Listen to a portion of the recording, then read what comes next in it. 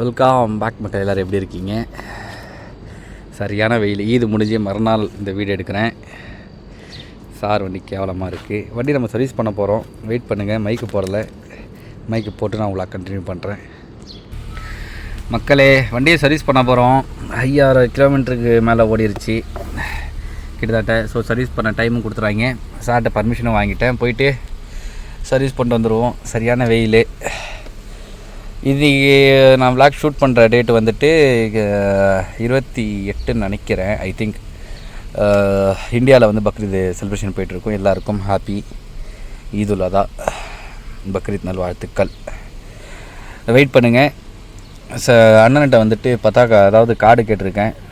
அந்த கார்டு வாங்கிட்டு தான் போகணும். மக்களே, மைக்கை போட்டாச்சு. இப்போ நம்ம போவோம். ஒரே நிமிஷம். ஓகே, வண்டியை சர்வீஸ் பண்ண போயிட்டுருக்கேன் மக்களே. இதெல்லாம் சரியான டியூட்டி. ஒரு 2-3 நாள் முன்னாடியே வந்து நான் விளாக் இது போடணும் அப்படின்னு நினச்சேன். நான் ஈத் அன்னைக்கு விளாக் போடணும்னு நினச்சேன். போட முடியல. காரணம் டியூட்டி கொஞ்சம் அதிகமாக போயிடுச்சு நம்மளுக்கு. ஸோ அதனால் போட முடியல. என்னன்னு தெரியல, காலையிலேயே வெயில் அதிகமாக இருக்குது. அதுவும் இல்லாமல் இன்றைக்கி சைரன் அடிச்சிட்டாங்க. இவங்களை குழி தோண்டி போய்க்காமல் விட மாட்டாங்க போல இருக்குது. அந்த மாதிரி தான் நியூஸ் போயிட்டுருக்கு. கடவுளை இஸ்ரேலும் அமெரிக்கா இந்த வார சண்டை திரும்பி ஆரம்பிச்சிருச்சு மக்களே. ஒன்றும் சொல்கிறதுக்கு இல்லை. காலைல எழுந்திரிச்சு அவ்வளோ தூக்கத்துலேயும் அந்த சைரன் சவுண்டை கேட்ட உடனே கியாமியான்னு அந்த சவுண்டு, ஐயோ அதில் எந்திரிச்சிட்டேன். ஒன்றும் சொல்கிறதுக்கு இல்லை. நம்ம ஃபாயில் தான் போகிறோம் சர்வீஸுக்கு. ஃபாயிலில் போய் சர்வீஸ் பண்ணிவிட்டு வருவோம். சார்ட்ட பர்மிஷன் வாங்கிட்டேன். கார்டு இது என்ன இன்னைக்கு ரொம்ப 5100 ஒரு 100 கிலோமீட்டர் எக்ஸ்ட்ரா ஓடிருச்சு. ஸோ போய்ட்டு பண்ணிட்டு வந்துடுவோமேட்டு தான் போயிட்டுருக்கேன். எனவே நம்ம டியூட்டி அதிகம் மக்களே. ஸோ அதனால் இந்த சர்வீஸ் கரெக்டாக பண்ணால் தான் என்னோடய ரெகுலரான ருட்டீன் டியூட்டி வந்து நான் கரெக்டாக பண்ண முடியும். எனக்கு ஆயில் ஃபில்டர் எல்லாமே வந்துட்டு ஒரு வண்டிக்கு ரொம்ப முக்கியமான ஒரு விஷயம். ஸோ அதை வந்து கரெக்டாக நம்ம எந்த அளவுக்கு நம்ம கரெக்டாக அதை பார்த்துக்குறோமோ அந்த அளவுக்கு வந்துட்டு நம்ம வண்டியோட இன்ஜின் நல்லாயிருக்கும். ஸோ அதை நான் எப்பயுமே இது பண்ண மாட்டேன். 5000 கிலோமீட்டர் வந்துருச்சு அப்படின்னா சாருக்கு நான் இன்ஃபார்ம் பண்ணி விட்ருவேன். சம்டைம்ஸ் டியூட்டி அதிகமாக இருக்குது அப்படின்னும் போது ஒரு 200-300 ஓடிடும். எப்படி இருந்தாலும் ஒரு டைம் 2000 எக்ஸ்ட்ரா ஓடி இருக்குது. பட் எனக்கு அந்த டைமில் சர்வீஸ் பண்ண முடியாது. எனக்கு டியூட்டி அந்த மாதிரி இருக்கும் நம்மளுக்கு. இப்போ சார்கிட்ட நேற்று நைட்டு இன்ஃபார்ம் பண்ணேன். காலைல ஃபோன் அடிச்சு நேற்று நைட்டு நான் இன்ஃபார்ம் பண்ணும்போது சார் தூங்கிட்டு இருந்தார். நெட் ஆஃப் பண்ணிட்டார் இருக்குது. நெட் ஆஃப் பண்ணிட்டார். சாரி, என்ன இஷ்யூன்னு தெரியல. ஸோ காலையிலே இப்போ எழுந்திரிச்சு சர்வீஸ் பண்ணுவோம். சரி போய் பண்ணிட்டு வந்துடு, கார்டு வாங்கிட்டு போய்டு அப்படின்னாரு. ஏடிஎம் கார்டும் வாங்கிட்டேன். இன்ஃபார்மும் பண்ணிச்சு. மேடத்துக்கு ஃபோன் அடிச்சு சொல்லலாம் பார்த்தாக்கா மேடம் நெட் ஆஃபில் வச்சுருக்காங்க. எனக்கா நேற்று மேடத்துக்கும் சரியான அலைச்சல், எனக்கும் சரியான அலைச்சல். நேற்று பக்ரீத் முடிஞ்சு இங்கே அரபுக்கட்டையில் வந்து பக்ரீத் தொழுவை முடிஞ்சு என் டியூட்டி ஸ்டார்ட் ஆச்சு. சரிங்களா? ஆமாம், கரெக்டாக பக்ரீத் தொழுவை முடிஞ்சு எனக்கு ஒரு 1/2 மணி நேரம் 3/4 மணி நேரம் டைம் இருந்துச்சு. நானும் அண்ணனும் போயிட்டு டீ சாப்பிட்டு வரலாம்னு சொல்லி போயிட்டோம். அதெல்லாம் ஷார்ட்ஸில் வரும். அந்த ஒரு 1/2 மணி நேரம் தான் எனக்கு டைமிங் கிடச்சது. அதுக்கப்புறம் பிரிஞ்சிருச்சு எனக்கெல்லாம் டியூட்டி. ஐயோ, எப்படி தான் நேற்று போச்சுன்றதே எனக்கே சரியான டவுட்டு மக்களே. எனக்கா நேற்று 4200 சம்திங் என்னமோ இருந்துச்சு. 4200 4300 என்னமோ தான் இருந்துச்சு. இப்போ 5100 கிட்ட நிற்கிது. அப்போனாக்கா எத்தனை கிலோமீட்டர் ஓடிக்குன்னு பார்த்துங்க. சாரி, 4300 4400 என்னமோ இருந்துச்சு. ஆமாம், எனக்கு நான் டெய்லி வந்துட்டு அந்த கிலோமீட்டர் பார்த்து போகிறேன். 5000 ஓடிச்சா அப்படின்ட்டு. நேற்று நான் பார்க்கும்போது 600 என்னமோ சம்திங் நான் செக் பண்ணும்போது அப்படி பார்த்தீங்க அப்படின்னாக்கா ஒரே நாளில் நேற்று அவ்வளோ டியூட்டி எனக்கு ஓடிடுச்சு. அசரலை. இதில் இன்னொன்று என்ன அப்படின்னாக்கா சாப்பிட டைம் கிடைக்கல. இவங்க சாப்பாடும் கொடுக்கல. அதாவது கூடவே தான் இருக்கோம், கூடவே தான் டியூட்டி பார்க்குறோம். அப்படி இருக்கும்போது நம்மளை ஏதாச்சும் ஒன்று அவங்க எல்லார் வீட்லேயும், என் ஃப்ரெண்ட்ஸ் வீட்டு அவங்க வீட்டிலலாம் வந்துட்டு ஏதாச்சும் ஒரு பக்ரீதாக இருக்கட்டும், ரம்ஜானாக இருக்கட்டும், அதெல்லாம் வந்துட்டு ஏதாச்சும் ஒரு டிப்ஸ் கொடுத்துருவாங்க. கத்தாரில் இருக்கும்போது எனக்கு கிடச்சிச்சு. கத்தாரில் இருக்கும்போது 1 மாதம் சம்பளமே எனக்கு கிடச்சிச்சு. அந்த மாதிரி வீடுலாம் எனக்கு இருந்துச்சு. இந்த வீட்டுக்கு வந்ததுலேருந்து ரம்ஜானாக இருக்கட்டும், பக்ரீதாக இருக்கட்டும், எதுவாக இருந்தாலும் ₹1 கிடைக்கிறதில்ல, ₹1 ஃபாய்தா இல்லை. அப்படி தான் போச்சு இது. நேற்றெல்லாம் வந்துட்டு அந்தளவு டென்ஷனு. இதில் இன்னும் நான் என்ன ஹைலைட் அப்படின்னாக்கா, மேடம் நம்மளுக்கு எப்பயுமே வந்து 27, 28 சம்பளம் கொடுத்துருவாங்க. ஓகேங்களா? சம்டைம்ஸ் 1ஆம் தேதி ஆகும், அதை நம்ம சொல்ல முடியாது. அப்படி இருக்கும்போது எங்கே ட்ரெஸ்ஸு வாங்கி கொடுக்குறோமோ போடுமோ அப்படின்ட்டு கரெக்டாக காலைல ஈது அப்படின்னாக்கா 26ஆம் தேதி நைட்டு நம்மளுக்கு சம்பளத்தை கொடுக்குறாங்க. எப்படி இருக்காங்க பாருங்க. ட்ரெஸ்ஸு பெரிய அமௌண்ட்லாம் ஒன்றும் இல்லை, என்ன ஒரு 5 தினாருக்குள்ளே வந்துடும். அதை வாங்கி கொடுக்க முடியல. சரி ட்ரெஸ்ஸை விடுங்க, நேற்று ஃபுல்லாக அலைஞ்சிருக்கேன், நேற்று ஃபுல்லாக மேடம் கூட அலைஞ்சிருக்கேன். சாப்பாடு கொடுப்போம், சாப்பாடு சாப்பிட சொல்லுவோம், அதுவும் இல்லை. நம்ம எதிர்பார்க்குற ஆள்லாம் கிடையாது, இது கொடுக்கணும் அவங்க போவாங்க அப்படின்ட்டு சொல்கிறேன். நம்மளை பழகிருச்சு, இவங்க தரமாட்டாங்க, இவங்க அதெல்லாம் செய்ய மாட்டாங்க அப்படின்னு சொல்லி நம்மளுக்கே தெரியும். இருந்தாலும் சொல்கிறேன், என்ன பண்ணுற, ஷேர் பண்ணோம்ல ஏதாவது. நம்ம ஒரு வீட்டில் யாராச்சும் நம்ம வீட்டுக்கு சைடில் வந்தாங்க அப்படின்னாலே நம்மளாம் சாப்பாடு சாப்பிடுங்கன்னு சொல்லி நம்மளுடைய பண்பாடு இருக்கும். சாப்பிடுங்க, யாராவது வெயிலில் வராங்கன்னா தண்ணி கொடுப்போம், யாராவது சாப்பாடுன்னு சொல்லி கேட்டு வந்தாங்க அப்படின்னாக்கா சாப்பாடு கொடுப்போம், சாப்பாடு வாங்கி கொடுப்போம். அப்படிப்பட்ட தமிழ் பண்பாடு நம்மளோடது. ஆனால் இவங்களாம் பாருங்கள், அவங்க விட்டு தான் வேலை பார்க்குறோம், அப்படி இருந்தும் அவங்க அதெல்லாம் எடுத்துக்கிறது இல்லை. சரி ஓகே, இந்த இடத்துலலாம் வந்துட்டு நம்ம எப்படி இருக்கணுமோ அப்படி எடுத்துகிட்டு போயிடணும். நமக்கு சம்பளம் கிடைக்குதா, பார்த்தோமா, அவ்வளோதான். இது புலம்புறன்னு சொல்லி நினைக்காதீங்க, குறை சொல்கிறேன்னு சொல்லி நினைக்காதீங்க யாருமே. இது நிறைய வீட்டில் இது நடக்கும், இது நிறைய வீட்டில் நடக்கிறது தான். என் வீட்டில் நம்ம தான் நடக்கும், என் வீட்டில் வந்துட்டு எப்பயுமே இது நடக்கிறது தான். நேற்றுலாம் வந்துட்டு மனசே இல்லை. எனக்கா நல்லா யோசிச்சு பாருங்கள், அவங்க வீட்டுக்குள்ளே போயிட்டு சலாம் சொல்கிறதுக்காக ஒரு வீடாக போகிறாங்க. அவங்க ஃபேமிலி ஃபுல்லாகவே ஒரு வீடாக போகிறாங்க. அவங்க உள்ளே போய் டீ சாப்பிடுவாங்க, சாப்பாடு சாப்பிடுவாங்க, போவாங்க, வருவாங்க, எல்லாமே உண்டு.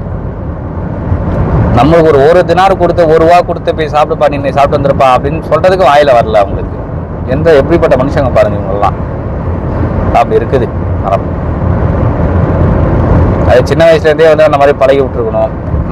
நல்லது பண்ணணும், இவங்கெல்லாம் வந்துட்டு உதவி பண்ணணும், போகணும் வரணும் அப்படிலாம் சொல்லி பழகிருந்தோம் அப்படின்னாக்கா நம்ம பண்பாடு உங்களுக்கு தெரிஞ்சிருக்கும். டிப்ரெஷன் அதெல்லாம் இக்னோர் பண்ணுங்கள், அதெல்லாம் முடிஞ்சு விடுங்க.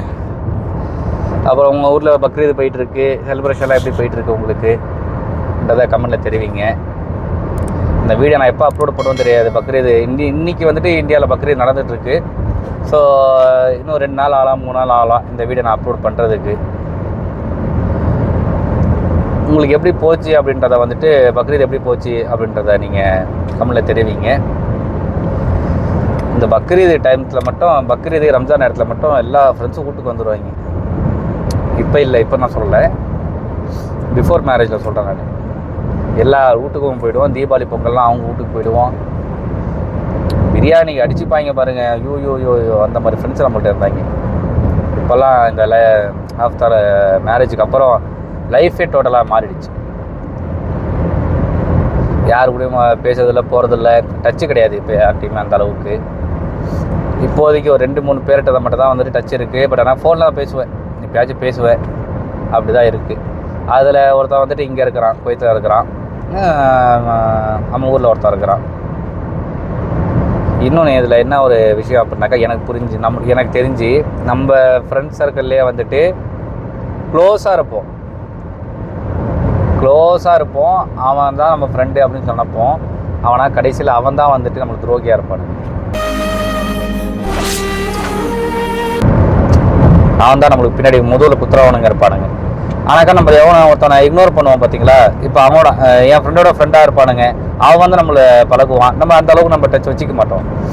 ஆனாக்கா கடைசி நேரத்தில் அவன் தான் வந்துட்டு நம்மளுக்கு ஹெல்ப் பண்ணுவான், போவான், வருவான், அப்பெல்லாம் இருக்கும்.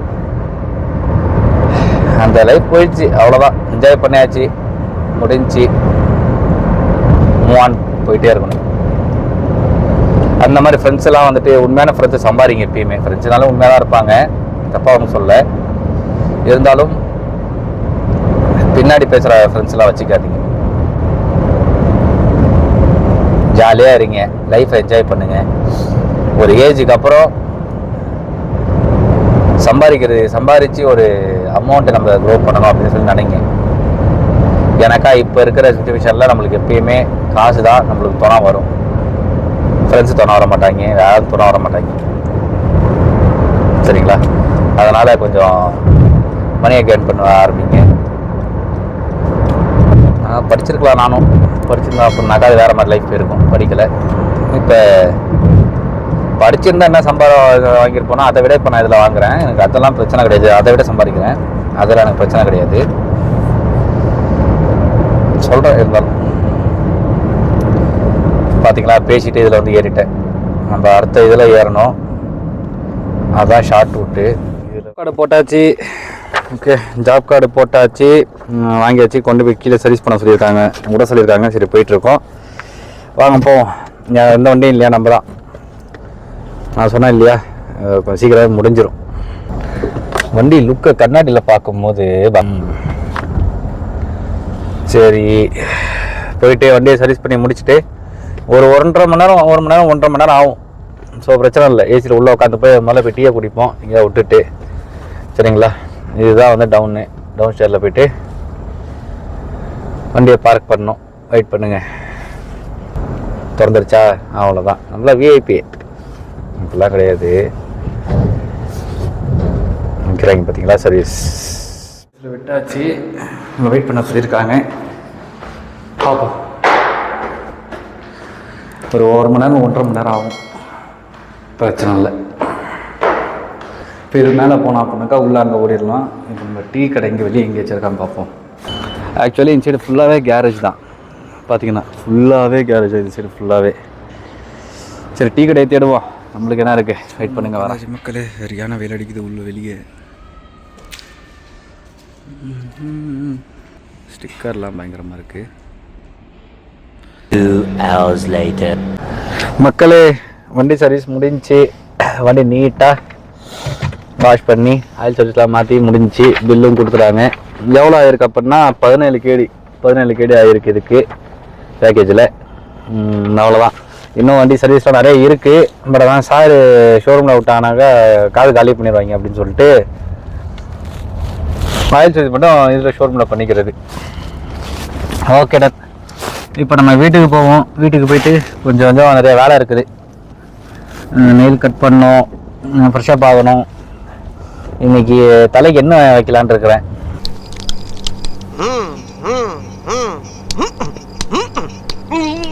என்னடா பண்ற? பிரேக்கிங்கில் வந்துட்டு ஆயில் லீக்கேஜ் வேறு இருக்குது அப்படின்ற மாதிரி சொல்கிறாங்க. ஸோ அது நாளைக்கு நான் சார்ட்டை இன்ஃபார்ம் பண்ணேன். அவர் வந்துட்டு இல்லை, இப்போதைக்கு நீ இது மட்டும் மாற்றிக்க அப்படின்றாரு. நம்ம என்ன பண்ணுறது? எங்கேயாச்சும் வண்டி குத்தணும் அப்படின்னா தான் தெரியும். குத்துனதுக்கப்புறம் இதுதான் நிஜம், இதுதான் உலகினிலே என்னை யார் வெல்லுவார். போன டைம் வந்துட்டு ஊருக்கு போகிறது முன்னாடி கேமரா ஓட்டிக்கிட்டு இருந்தேன். நம்ம கையில் அது எப்போ வந்துச்சோ அந்த வண்டியை சாத்தி இன்ஜினே மாற்ற விட்டேன். என்கிட்ட வர வண்டியெல்லாம் முக்கால்வாசி வந்துட்டு இன்ஜினை நல்லா அடித்து நொறுங்கி, சில பேர் வந்து அந்த 60லேயே ஓட்டி ரூமில் இன்னொருத்தர் கார்லேயே அவர் அந்த வண்டி தான் ஓட்டிகிட்டு இருந்தார். 60லேயே ஓட்டி 80லேயே ஓடி அந்த மாதிரி வச்சுருந்தார். நம்ம வந்து பிரிக்கிறதுல எல்லாமே வேலை வச்சு விட்டுருச்சு. கிட்டத்தட்ட போன இதில் வந்துட்டு நிறைய செலவு இழுத்து விட்டேன். இன்ஜினை மாற்ற விட்டேன், சஸ்பென்ஷன் காலி, பெயிண்ட் அடிச்சு தான் கொடுத்தாமா. பெயிண்ட்லாம் வந்து அடிச்சு தான் கொடுத்தாங்க. இன்ஜினு, சஸ்பென்ஷனு, அப்புறம் வேறு என்ன, பெரிய ஃப்ரண்ட்டு சஸ்பென்ஷனு அந்த இது, அப்புறம் கொஞ்சம் நிறைய வேலையை இழுத்து விட்டேன். கொஞ்சம் கிடையாது, நிறைய வேலையை இழுத்து விட்டேன். அது மேடமோட வண்டி அப்படின்னாலும் நீட்டாக இருக்கும். இல்லை அப்படின்னா மேடமே கத்த ஆரம்பிச்சிருவாங்க. பின்னாடி உட்காந்துக்கிட்டு என்ன சவுண்டு அப்படின்னு சொல்லி கேட்டாங்க. அப்புறம் நம்ம என்னமோ பிடிங்கி போட்ட மாதிரி நம்மள்கிட்ட சொல்லுவாங்க, என்ன சவுண்டு வருது அப்படின்ட்டு. அதனாலே வந்துட்டு சார்கிட்ட சொல்கிறத விட மேடம்கிட்ட சொல்லி விட்ருவேன், மேடம் இந்த மாதிரி சவுண்டு வருது அப்படின்ட்டுருவேன். பல வாட்டி நான் சார் வந்துட்டு சரியாக கேட்கல போல வரல அப்படின்னா மேடம்கிட்ட சொல்லி விட்டுறது. அதுதான் கரெக்டாக இருக்குது. மேடம் சொல்லி விட்டோம் அப்படின்னா ஒரே ஒரு ஃபோன் அடிச்சு இந்த மாதிரி இது இருக்குது, இந்த மாதிரி பிரச்சனை இருக்குது பாரு அப்படின்னு உடனே சரி போய் ஷோரூமில் விடு, அது சரி போய் மெக்கானிக் ஷெட்டில் விடு அப்படின்றவாரு. நம்ம சொன்னால் கேட்க மாட்டாங்க. யார் யார் எப்படி சொல்கிறோமோ அப்படி சொன்னால் தான் கேட்பாங்க போல இருக்குது. என்ன பண்ணுறது?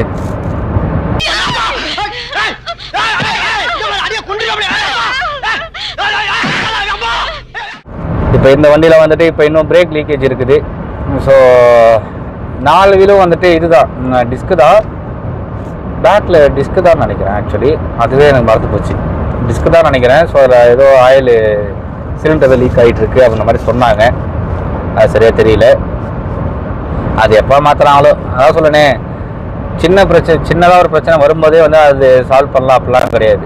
அது பெரிய பிரச்சனையாக போய் எடுத்துகிட்டு போய் குத்தி பிரேக் நிற்கலை அப்படின்னு சொன்னதுக்கப்புறம் தான் டோ பண்ணி எடுத்துகிட்டு போய் நிப்பாட்டி அதை சரி பண்ணுவாங்க. அந்த மாதிரி தான். என்ன பண்ணுறது? சரி ஓகே, அதெல்லாம் விடுங்க. இன்னைக்கு வந்து நம்ம வண்டி சர்வீஸ் பண்ணுற விளாக் தான் நம்ம போட்டிருக்கோம். 2-3 நாளாக வந்துட்டு விளாக் வந்திருக்கு. அது சரியாக நான் விளாகோட இது கொடுத்துருக்க மாட்டேன். நான் இது கண்டினியூஸாக இப்போதைக்கு போகுமா அப்படின்னு சொல்லி தெரியலை. 2வது ஞாயிற்றுக்கிழமை வரைக்கும் ஆஃபீஸ் எதுவுமே கிடையாது. இப்போ இந்த இது வார் பிரச்சனை வேறு திரும்பி ஸ்டார்ட் ஆகிடுச்சு. ஸோ திரும்பி ஆஃபீஸ் இருக்கா இல்லையான்றது திரும்பி தெரியல. ஆஃபீஸ் இருந்தால் தான் நான் விளாக் கண்டினியூ பண்ண முடியும். அது உங்களுக்கு தெரியும், நான் பல வாட்டி நான் சொல்லியிருக்கேன் விளாக்லேயே.